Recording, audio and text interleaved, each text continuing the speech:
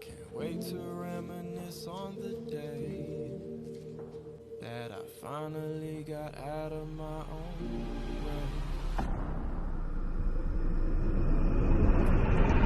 My headspace, and I know I gotta do this on my own.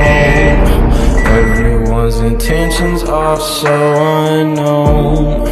Not afraid to live and die alone.